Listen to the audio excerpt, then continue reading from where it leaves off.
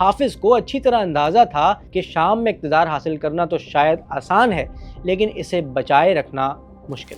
اسے اچھی طرح پتا تھا کہ وہ صرف 12% آبادی رکھنے والی مائنورٹی سے تعلق رکھتا ہے اور 75% سنی میجورٹی کبھی بھی اسے دل سے اپنا حکمران نہیں مانے گی۔ تو اس نے 30 سال تک حکومت کیسے کی؟ خوف کے ایسے نظام کے ذریعے جسے توڑنا ناممکن تھا۔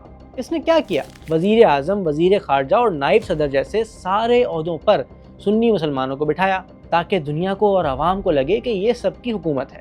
لیکن حقیقت یہ ہے کہ ان عہدوں کے پاس کوئی طاقت، کوئی اختیار نہیں تھا۔ اصل پاور، اصل اتھارٹی، اصل کنٹرول صرف علویوں کے پاس تھا، اور یہاں علویوں کی طاقت تھی ریپبلکن گارڈز اور 4th آرمرڈ ڈویژن جیسے ایلیٹ دستے، اور سب سے بڑھ کر شام کی انٹیلیجنس کے سربراہ جو صرف اور صرف حافظ کے قریبی لوگ ہوتے تھے۔ انٹیلیجنس المخابرات کو اتنا پاورفل کر دیا گیا کہ کہا جانے لگا شام میں دیواروں کے بھی کان ہوتے ہیں۔ یہاں پڑوسی سے ڈرنے لگا، یہاں تک کہ باپ کو بھی بیٹے پر شک ہوتا۔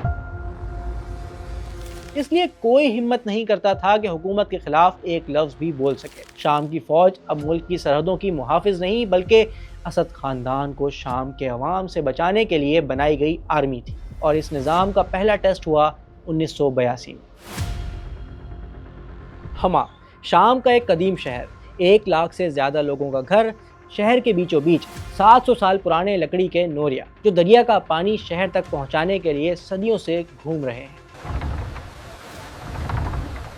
تنگ گلیاں، پرانی مسجدیں، قدیم بازار، ہما ایک ایسا شہر ہے جسے اولڈ سٹی کہا جا سکتا ہے۔ لیکن 1982 میں اس شہر کی قسمت صرف چند دنوں میں بدل گئی۔ یہ شہر سنی جماعت اخوان المسلمون کا گڑھ تھا، وہ اخوان جس نے حافظ الاسد کے بڑھتے ہوئے مظالم کے خلاف بغاوت کا اعلان کر دیا تھا۔ لیکن شہر کی 95% آبادی عام شہریوں کی تھی جن کا سیاست سے کوئی لینا دینا نہیں تھا۔ اور پھر 2 فروری 1982 کو دمشق میں فیصلہ ہو گیا